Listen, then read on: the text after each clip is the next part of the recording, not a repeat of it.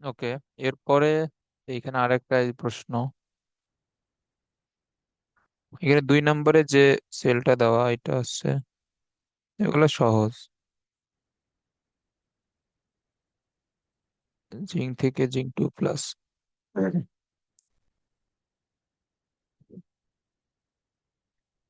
আচ্ছা, এখন এইখানে একটা এই প্রশ্ন এখানে বলছে যে জিঙ্ক থেকে জিঙ্ক 2+ এবং সিলভার থেকে সিলভার+ দ্বারা সেল গঠন করে বিক্রিয়া সমূহ লেখো।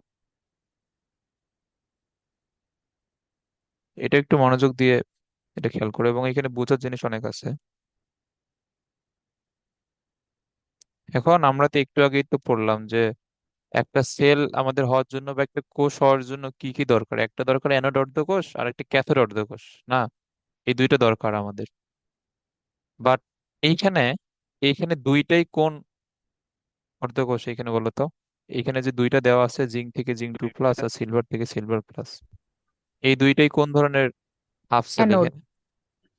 দুইটাই অ্যানোড। সো একটা পূর্ণাঙ্গ সেল তৈরি করার জন্য কি দুইটাই যদি সেম হয়, মানে দুইটাই অ্যানোড অথবা দুইটাই যদি ক্যাথোড হয়, তাহলে কি একটা পূর্ণাঙ্গ সেল হবে? হবে না। সো একটা না, অ্যানোড লাগবে এবং একটা ক্যাথোড লাগবে অবশ্যই। তাহলে এইখানে কোন ধাতুর অর্ধকোষটা অ্যানোড হবে এবং কোন ধাতুর অর্ধকোষটা ক্যাথোড হবে, এটা আমরা কই থেকে নির্ধারণ করব? সক্রিয়তা সিরিজ থেকে। তো এখানে সক্রিয়তা সিরিজ এর ক্রম অনুযায়ী এইখানে কোনটা অ্যানোড হবে আর কোনটা ক্যাথোড হবে বলো।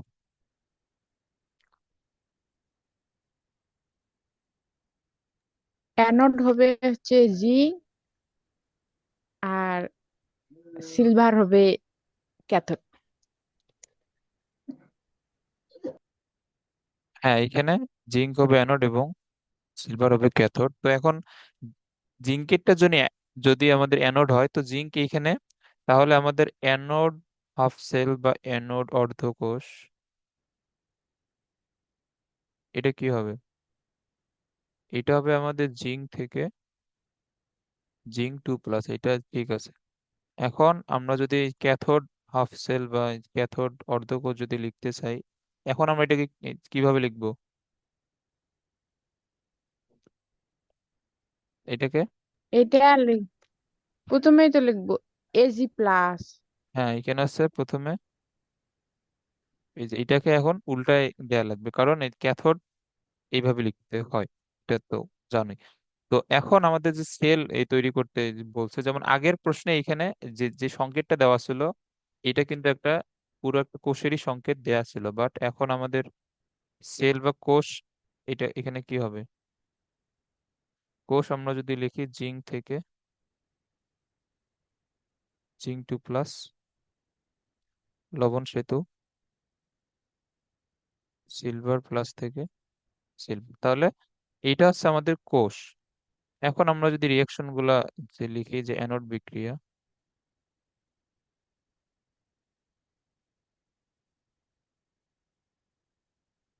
এটা তো সহজ।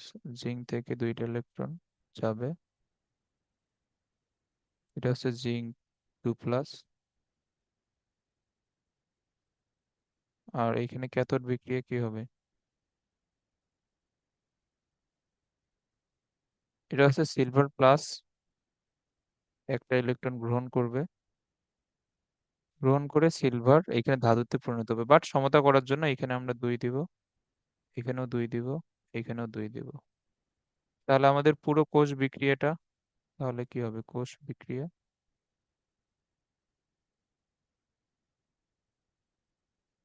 এটা হবে এখানে জিঙ্ক+2 অণু সিলভার আয়ন, এটা একিউ লিখতে পারো। তারপরে এখানে জিঙ্ক 2+, এটা হচ্ছে যে একিউ, আর এখানে 2 অণু সিলভার। এটা বুঝছো?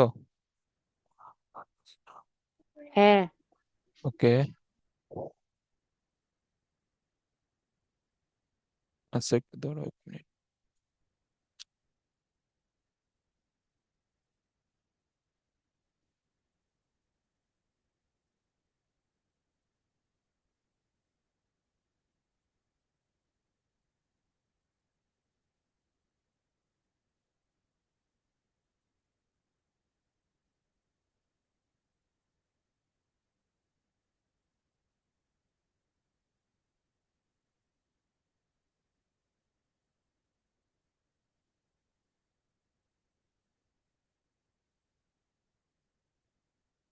এরপরে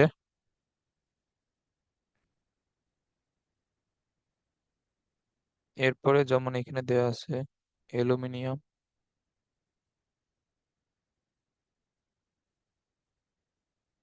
অ্যালুমিনিয়াম নাইট্রেট, তারপরে হচ্ছে ম্যাঙ্গানিজ নাইট্রেট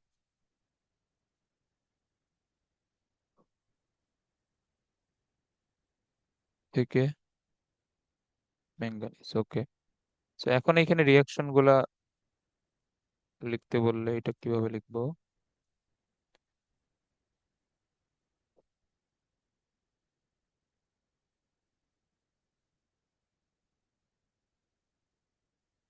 তো এইখানে অ্যানোড বিক্রিয়া যদি আমরা লিখি,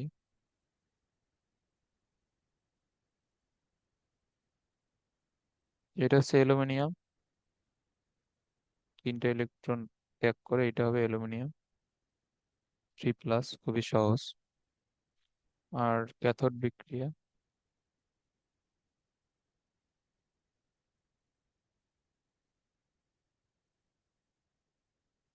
এটা হবে, এখানে 2+ হিসেবে আছে, দুইটা ইলেকট্রন গ্রহণ করবে, গ্রহণ করে ম্যাঙ্গানিজ যে ধাতুতে পরিণত হবে। বাট এখানে আমাদের সমতা করার জন্য এখানে কি করতে হবে?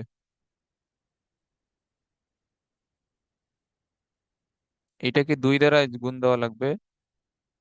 এ যদি 1 নং হয়, এ যদি 2 নং হয়, তাহলে 1 নং ইন্টু 2 প্লাস 2 নং ইন্টু 3। তাহলে এটা হচ্ছে 2 অ্যালুমিনিয়াম 6 ইলেকট্রন, আর এখানে আছে দুইটা অ্যালুমিনিয়াম 3+, আর এখানে হবে 3 Mn2+, 6 ইলেকট্রন, আর এখানে হবে 3 Mn। সো এটা হচ্ছে আমাদের কোষ বিক্রিয়া সামগ্রিক। সো এখানে কোষ বিক্রিয়াটা হবে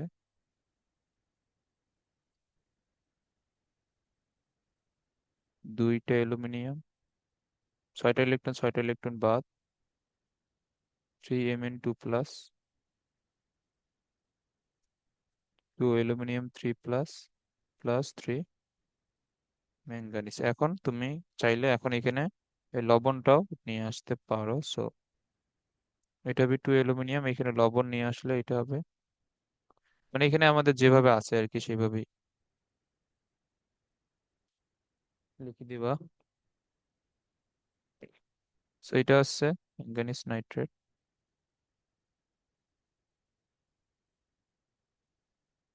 অ্যালুমিনিয়াম 2, এটা হচ্ছে নাইট্রেটের ক্ষেত্রে,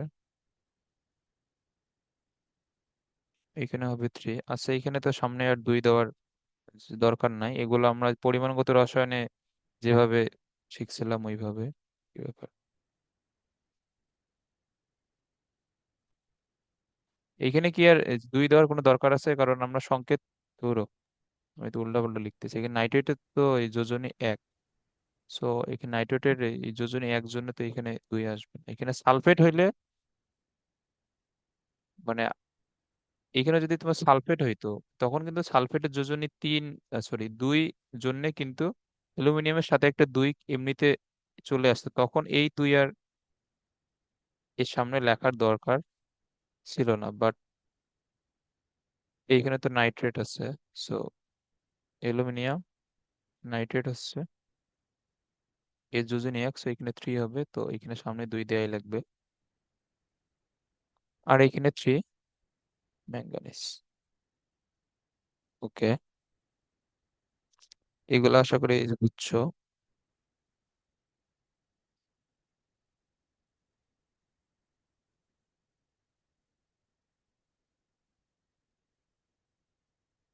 আচ্ছা, এরপরে আচ্ছা আমাদের কোষ বিভব এবং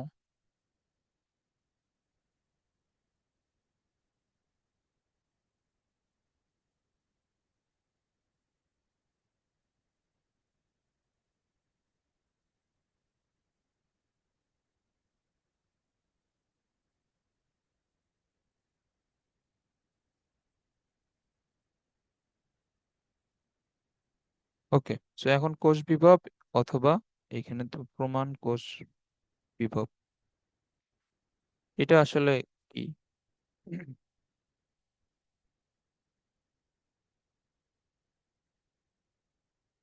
এখন এটা হচ্ছে যে আমাদের এইখানে যে একটা তড়িৎ রাসায়নিক এই যে কোষের মধ্যে, ধরো, আচ্ছা দাঁড়াও দেখি এইখানে আমরা যদি শেপ নেই এইভাবে, শেপ কি হবে?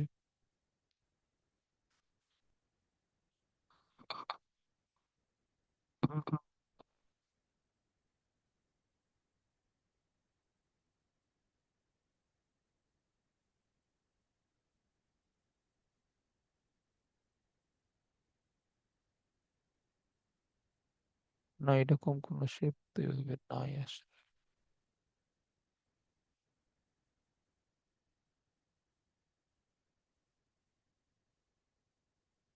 ওকে, এখন এখানে খেয়াল করো, এটা যদি আমাদের এখানে এই যে দ্রবণ থাকে,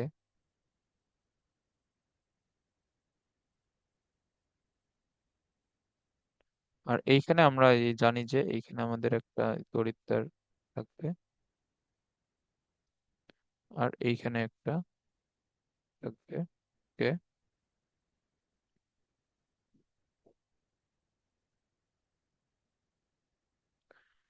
হ্যাঁ, এখন এখানে খেয়াল করে, এবং এদের মধ্যে একটা এখানে এই সংযোগ থাকে, একটা প্লাস একটা মাইনাস।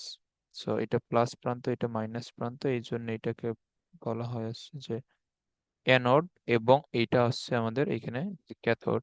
এগুলো আমরা জানি। So, এখানে সেম জিনিস আসলে বারবার লেখা লাগে, বলা লাগে এই চ্যাপ্টারটাতে, এই জন্য এটা মানে একটু বোরিং আর কি। ওকে, আর এইখানে আমরা যদি এসে ড্যানিয়েল এই সেলের কথা যদি চিন্তা করি, তাহলে এখানে মাঝখানে একটা পার্টিশন, এবং এইখানে যদি জিঙ্ক সালফেটের দ্রবণ থাকে, তো এইটা হবে আমাদের জিঙ্কের। এইখানে যদি কপার সালফেটের দ্রবণ থাকে, তাহলে এটা হচ্ছে আমাদের এখানে হবে এখানে কপারের। ওকে, এখন এইখানে আমাদের এই তড়িৎ রাসায়নিক এই যে কোষের যে আমাদের বর্তনী, এটা এখানে দুইটা প্রান্ত থাকে। দুইটা প্রান্ত বলতে দুইটা তড়িৎদ্বার থাকে, একটা অ্যানোড এবং আরেকটা ক্যাথোড। সো অ্যানোডের মধ্যে এইখানে কি হয়, জারণ বিক্রিয়া হয়, এবং জারণ বিক্রিয়া এখানে ইলেকট্রন বিমুক্ত হয়। ইলেকট্রন বিমুক্ত বলতে এখানে জারণ বিক্রিয়ায় ইলেকট্রন ছেড়ে দেওয়া হয় না। এখানে এখানে আমাদের মেইনলি কি হয় যে আমাদের জিঙ্কের পাত থেকে জিঙ্ক, যেগুলো আমাদের ধাতু আছে বা জিঙ্কের যেগুলো পরমাণু আছে, এরা দুইটা ইলেকট্রন ছেড়ে দিয়ে জিঙ্ক আয়ন হিসেবে এখানে দ্রবণের মধ্যে চলে আসে। আমরা তো এটা শিখছিলাম।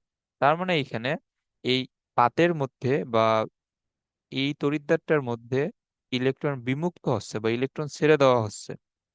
এখন আর অপর প্রান্তে বা এখানে ক্যাথোডের মধ্যে ইলেকট্রন গৃহীত হয় বা বিজারণ হয়। ওকে, এবং এখন যে প্রান্তে ইলেকট্রন বিমুক্ত হয় এবং জারণ ঘটে, তাকে আমরা কি বলবো? অ্যানোড। এবং যে প্রান্তে বিজারণ হয়, তাকে আমরা বলবো যে ক্যাথোড। আমরা তো এগুলা জানি। এখন এই যে অ্যানোডের মধ্যে, অ্যানোড এবং আমাদের দ্রবণের মধ্যে যে শক্তিটা তৈরি হয় সেটা হচ্ছে জারণ বিভব, এবং এটা ক্যাথোডের ক্ষেত্রে হচ্ছে বিজারণ বিভব, বা এটা হচ্ছে ক্যাথোড বিভব। এটা আমরা জানি। এখন আমাদের যদিও মানে চলতরিৎ এই পড়ানো হয় নাই, বাট একটা সিস্টেমের মধ্যে বা একটা তারের এ দুই প্রান্তের মধ্যে এই তখনই কেবলমাত্র তড়িৎ প্রবাহ সম্ভব, যেমন এটা যদি আমাদের একটা তার হয় বা এটা একটা রোধ। সো এর এই প্রান্তে বিভব যদি ভি 1, এই প্রান্তে বিভব যদি ভি 2 হয়, সো এই তারের মধ্য দিয়ে এই তখনই বিদ্যুৎ এই যে প্রবাহিত হবে, যখন এই তারের দুই প্রান্তের মধ্যে বিভব পার্থক্য থাকবে। মানে এখানে তড়িৎ প্রবাহিত হইতে হলে,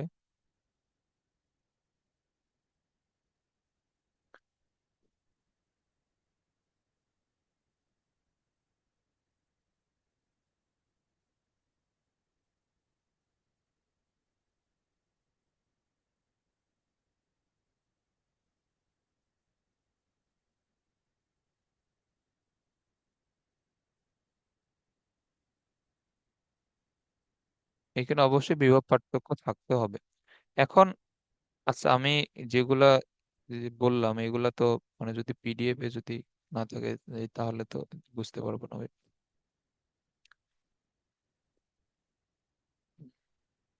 এটা এই কবির স্যারের বইটা কই? আচ্ছা ধরো আমি এগুলা এই যেগুলা বললাম ওগুলা copy paste তাহলে বুঝতে সুবিধা হবে।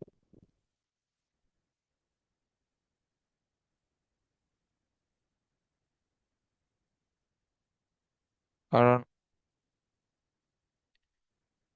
এতগুলো লেখা লিখে তো লাভ নাই আসলে, এগুলো তো এমনিতে বুঝবেই।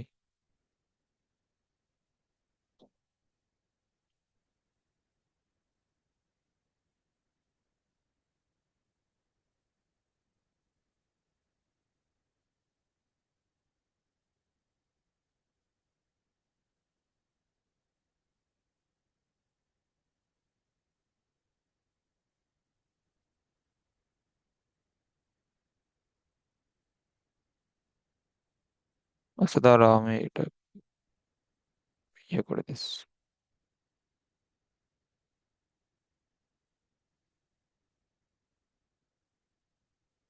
এটা কিন্তু কবির স্যারের বই। তো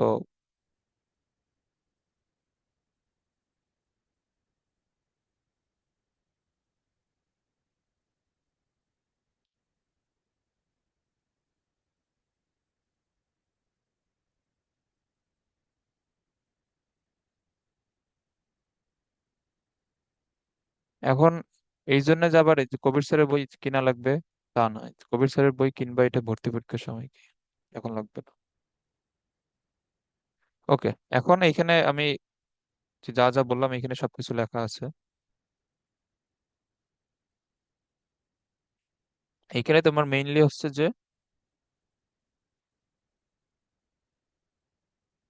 এই যে এই তড়িৎ রাসায়নিক এই যে কোষের দুই প্রান্তে ক্যাথোড এবং অ্যানোডে এভাবে তড়িৎদ্বার দুটোর বিভবের মধ্যে এই পার্থক্য থাকলে এখানে কেবল বর্তনীতে তড়িৎ প্রবাহের সৃষ্টি হওয়া সম্ভব। ওকে, এখন এই যে তড়িৎ রাসায়নিক এই যে কোষে সৃষ্ট এ বিভবকে বা তড়িৎ চার্জকে তোমার বলা হয় তড়িৎচালক বল বা ইলেকট্রোমোটিভ ফোর্স ইএমএফ। মানে এইখানে হচ্ছে যে আমাদের ক্যাথোড বিভব এবং অ্যানোড বিভবের মধ্যে যে পার্থক্য এটাকেই বলা হয় ইএমএফ। বুঝছো? হ্যাঁ, বুঝছি।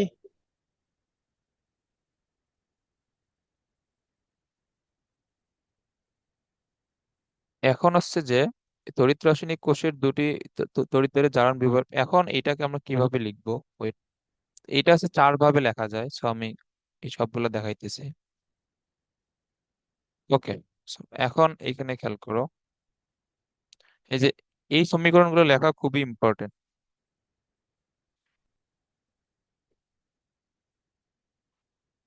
তাহলে আমাদের ইএমএফ বা আমাদের তড়িৎচালক বল, এটা হচ্ছে এটা বানান কি? এটা তড়িৎচালক বল বা এটাকে জানি, এটা মধ্যে এইভাবে লেখে তড়িৎচালক বল বা ইএমএফ ইলেকট্রোমোটিভ ফোর্স, এটাকে সংক্ষেপে লেখা হয় ই সেল দিয়ে। ই সেল, এখন এটাকে আমরা কিভাবে লিখতে পারবো? এখানে খেয়াল করো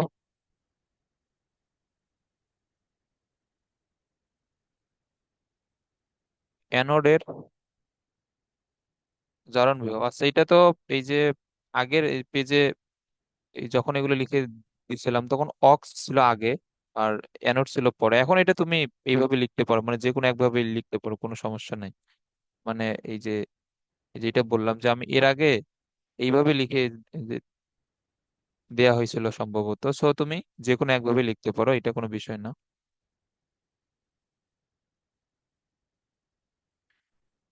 ওকে, প্লাস ই অফ ক্যাথোডের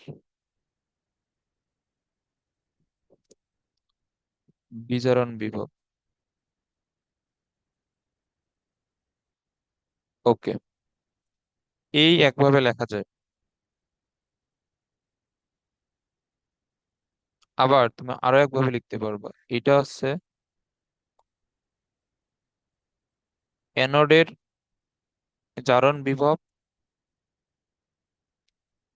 এখন এই যে খেয়াল করো, এখন হচ্ছে যে এটা সবচেয়ে ইম্পর্টেন্ট।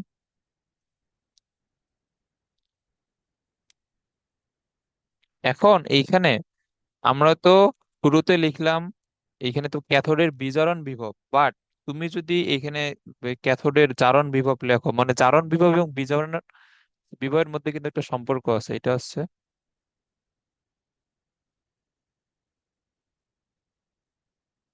জারণ বিভব ইজ ইকুয়াল টু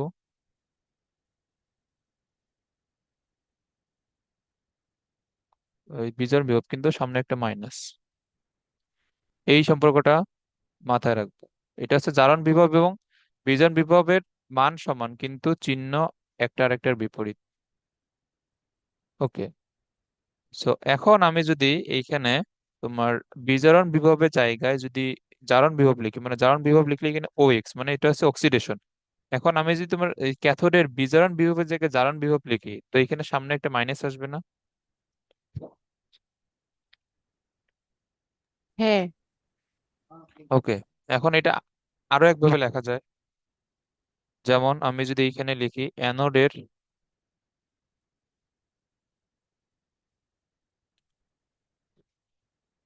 এখন আমি যদি অ্যানোডের বিজারণ বিভব যদি লিখি, so এটা এই কি হবে বলতো, এখানে সামনে একটা মাইনাস আসবে, কারণ এখানে ছিল আমাদের জারণ বিভব, সেই জায়গায় এখন আমি যদি বিজারণ বিভব লিখি, সামনে একটা মাইনাস আসবে।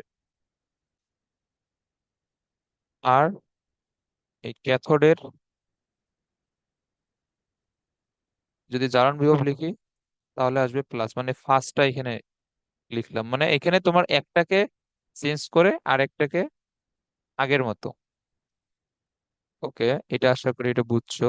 তারপর আমি যদি আবার এইটাকে যদি এখানে অ্যানোডের বিজারণ বিভব বা রিডাকশন বিভব, আবার যদি এটাকে আমি ক্যাথোডেরও যদি জারণ বিভব লিখি, সো এইখানেও সামনে একটা মাইনাস আসবে, এটা বুঝছো?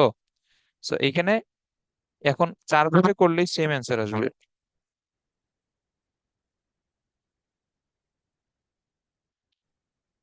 মানে তোমার জারণ বিভব এবং বিজারণ বিভবের কিন্তু মান সমান, কিন্তু চিহ্ন বিপরীত। তাহলে এটা হচ্ছে আমাদের মেইন সূত্র, এই যে প্রথমটা,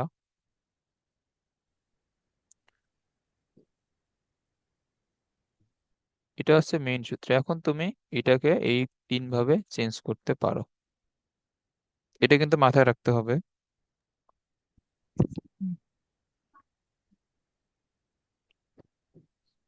আচ্ছা দাঁড়াও, এখন আমরা কিছু ওই প্রশ্ন যে দেখি wait।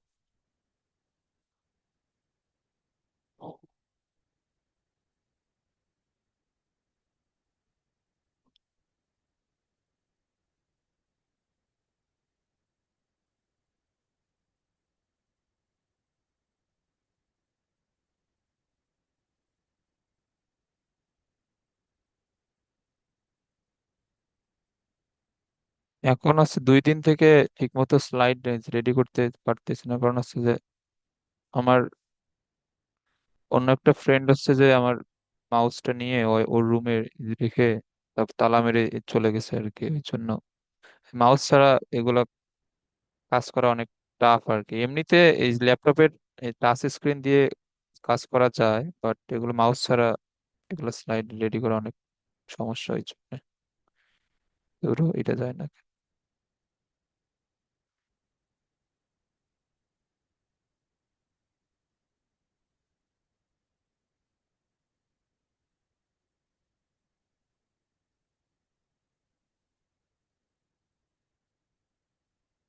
হ্যাঁ, এখন এই প্রশ্নটা, এখন এটার অ্যান্সার কিভাবে হবে?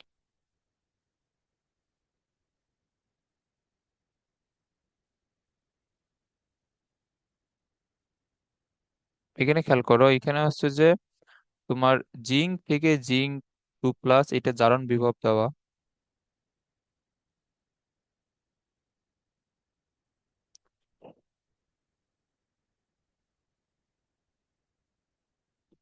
এটার হচ্ছে জারণ বিভব দেওয়া।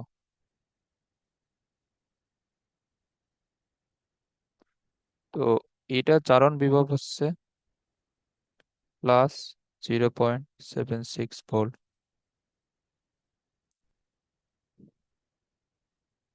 সিলভার থেকে সিলভার প্লাস, এইটারও জারণ বিভব দেওয়া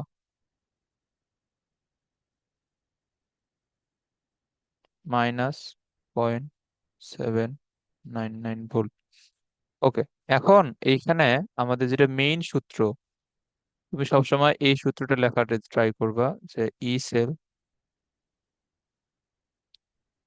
এটা কি হবে? এটা হবে অ্যানোডের জারণ বিভব প্লাস, এটা হবে ক্যাথোডের বিজারণ বিভব, না? So, এখন এখানে জিঙ্ক আর সিলভার, এখানে তো দুইটাই আমাদের জারণ বিভব দেওয়া, বা দুইটাই এখানে অ্যানোডের ফরম্যাটে আছে। তো এখন এখানে কি অ্যানোড হবে আর কি ক্যাথোড হবে? জিঙ্ক হবে অ্যানোড আর সিলভার হচ্ছে ক্যাথোড। হ্যাঁ, জিঙ্ক হবে অ্যানোড আর সিলভার হচ্ছে এখানে ক্যাথোড। তো তো এখন সেই ক্ষেত্রে আমাদের এখানে লাগতেছে অ্যানোডের জারণ বিভব। সো তাহলে এইটার এখানে যে ই অ্যানোড ও এক্স, মানে এটা হচ্ছে অক্সিডেশন। সো অ্যানোডের জারণ বিভব আমাদের লাগবে, আমরা এটা সরাসরি এখানে লিখি 0.76। আর আমাদের দরকার হচ্ছে ক্যাথোডের বিজারণ বিভব। বাট এইখানে আমাদের যেটা ক্যাথোড হবে এটা হচ্ছে সিলভার। সো সিলভারের আমাদের বিজারণ বিভব দরকার, বাট সিলভারের এখানে জারণ বিভব দেওয়া। তো এখন আমরা সিলভারের বিজারণ বিভবটা এখানে কিভাবে লিখবো? এখানে সিলভারের বিজারণ বিভব কি হবে?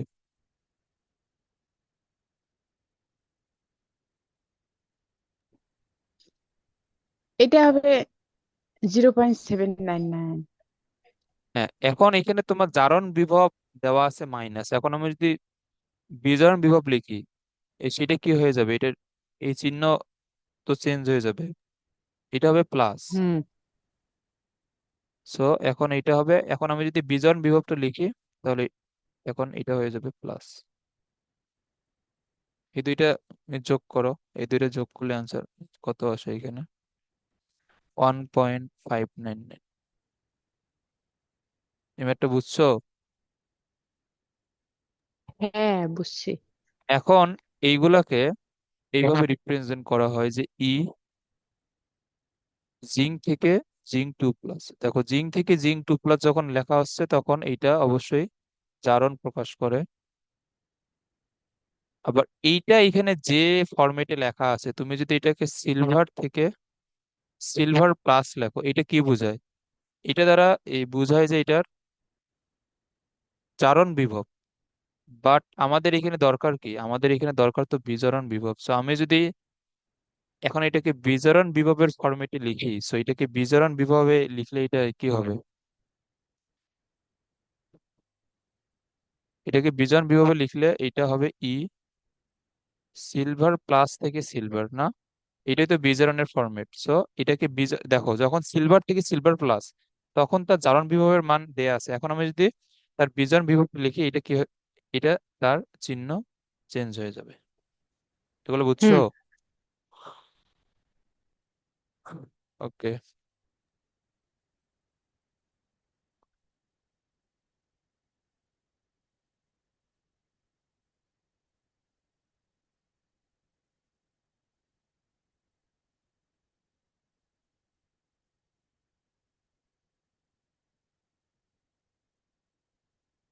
ওকে, আচ্ছা, এরপরে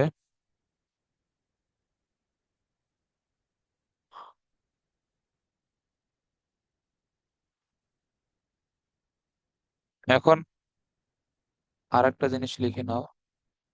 এখানে আসছে যে আমাদের ই সেলের মান,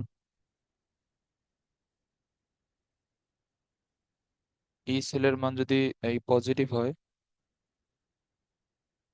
হলে এখানে বিক্রিয়াটি স্বতঃস্ফূর্তভাবে ঘটবে। এইটা আমাদের সৃজনশীলের জন্য খুবই ইম্পর্টেন্ট।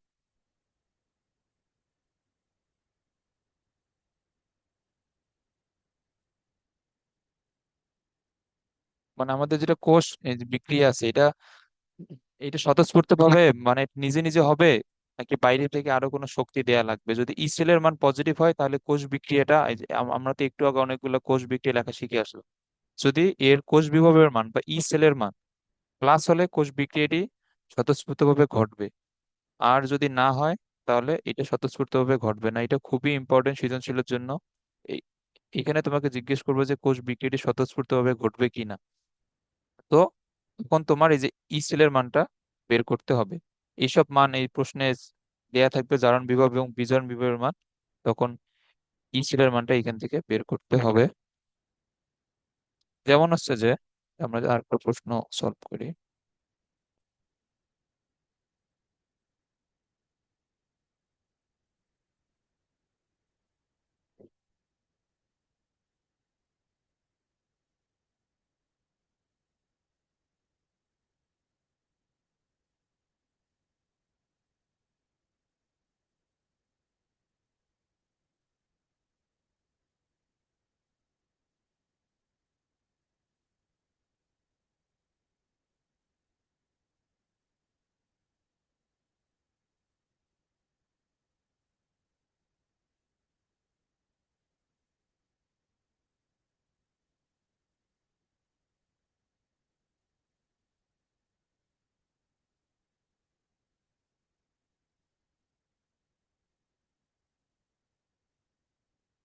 এটা এখানে খেয়াল করো এখন। এখানে বলছে যে এত এবং এত তড়িৎদ্বার জারণ বিভব, তড়িৎদ্বারের প্রমাণ বিজারণ বিভব দেওয়া। হ্যাঁ, এখন এখানে দুইটারই বিজারণ বিভব দেওয়া, সো আমি যদি এটা লিখি, এখানে প্রশ্নে যে দেওয়া আছে এগুলা কিভাবে লিখবে? এখানে লিখবে যে দেওয়া আছে ই অফ জিঙ্ক 2+ থেকে জিঙ্ক, জিঙ্ক 2+ থেকে জিঙ্ক, এটা দ্বারা কি বোঝায়? বিজারণই তো এটা প্রকাশ করে। সো এটার বিজারণ বিভব দেওয়া হুম। -76 ভোল্ট। আর কপার 2+ থেকে কপার, এটাও দ্বারাও তোমার বিজারণ বোঝায়, এটা দেওয়া +0.34 ভোল্ট। সো এটা দেওয়া আছে। এখন এইখানে তোমার রিয়াকশনটা দেওয়া আছে, ঠিক আছে? তো রিয়াকশনটা দেখে তুমি এখানে বুঝতে পারবা যে কোথায় জারণ হচ্ছে এবং কার ক্ষেত্রে বিজারণ হচ্ছে। রিয়াকশন দেখে এখানে বোঝাই যাচ্ছে যে জিঙ্কের ক্ষেত্রে জারণ হচ্ছে এবং কপারের ক্ষেত্রে এখানে বিজারণ হচ্ছে। বাট যদি রিয়াকশনটা দেওয়া না থাকতো এবং দুইটাই বিজারণ দেওয়া অথবা আগের প্রশ্নের মতো দুইটাই জারণ দেওয়া, সেই ক্ষেত্রে আমরা কিভাবে সিলেক্ট করব যে কোনটা কোনটা অ্যানোড হবে এবং কোনটা ক্যাথোড হবে? এটা অবশ্যই তড়িৎ রাসায়নিক সারি মুখস্থ করতে হবে এই জন্য। সো এখন এখানে রিয়াকশন দেওয়া, তো এখানে রিয়াকশন দেওয়া, ঠিক আছে। যদি রিয়াকশন দেওয়া না থাকতো তখন এই তড়িৎ রাসায়নিক সারির হেল্প নেওয়া লাগতো। So, এখন এখানে রিয়াকশন তো দিয়ে তোমাকে জিজ্ঞেস করছে যে এই বিক্রিয়াটা স্বতঃস্ফূর্তভাবে ঘটবে কিনা। এইখানে তোমাকে আরো এই প্রশ্নটাই ভিন্নভাবে করতে পারতো যে কোষ বিক্রিয়াটি স্বতঃস্ফূর্তভাবে ঘটবে কিনা, মানে তোমার যদি রিয়াকশন দেওয়া না থাকতো। সেই জন্য অবশ্যই এটা বুঝতে হবে কোনটা ক্যাথোড হবে এবং কোনটা অ্যানোড হবে। সো এখানে জিঙ্ক হচ্ছে উপরে, এটা হবে অ্যানোড, এবং কপার হচ্ছে নিচে, এটা হবে ক্যাথোড। সো এখন এখানে ই সেল আমরা যদি লিখি, তাহলে ই সেল হবে অ্যানোডের, আমাদের এখানে কোন বিভব নিব? জারণ বিভব বা ও এক্স।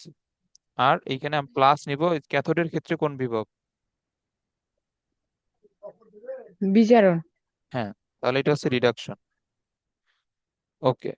এখন এইখানে আমাদের এই ক্যাথোড যেটা কপার, ওইটার বিজারণ বিভব দেয়াই আছে, ওইটা কত? 0.34 ভোল্ট, এটা দেয়াই আছে। আচ্ছা। আর অ্যানোডের আমাদের জারণ বিভব দরকার, বাট অ্যানোডের বিজারণ বিভব দেওয়া আছে। তো সেই ক্ষেত্রে আমরা অ্যানোডের জারণ বিভবটা যদি বের করে নিই তাহলে এটা উল্টে যাবে, জিঙ্ক থেকে জিঙ্ক 2+ এবং বিজারণ বিভব থেকে জারণ বিভব লিখলে চিহ্ন চেঞ্জ হয়ে যাবে। তাহলে আমাদের যেটা দরকার অ্যানোডের জারণ বিভব, এটা কত? +0.76। এটা বুঝছো? হ্যাঁ, তাহলে এটা হবে 76 আর 34, তাহলে এটা হবে +1.1। তো এখন যেহেতু ই সেল যেহেতু পজিটিভ, মানে কোষ বিভবের মান যেহেতু ধনাত্মক,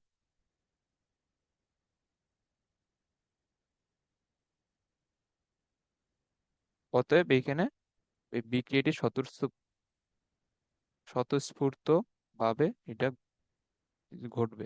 একটা বুঝছো? এগুলো কিন্তু সৃজনশীল গ নম্বরে অথবা ঘ নম্বরে আসবে। বুঝছি। ওকে। তো আজকে এই পর্যন্ত থাক, আর এগুলো ভালোভাবে প্র্যাকটিস করে আসে। আজকের টপিকগুলো বেশ কনফিউজিং, এগুলো বারবার দেখে আসবে। আর এই টপিকের উপর আমরা ম্যাথ করব, তাহলে এই চ্যাপ্টারের যেগুলো আমাদের ম্যাথের এই টপিক আছে ওগুলো কালকে শেষ হয়ে যাবে। এরপরে আরো অনেকগুলো থিওরি আছে, থিওরি পড়তে আরো হয়তো 3-4টা ক্লাস লেগে যাবে। তো ঠিক আচ্ছা। আছে আজকে।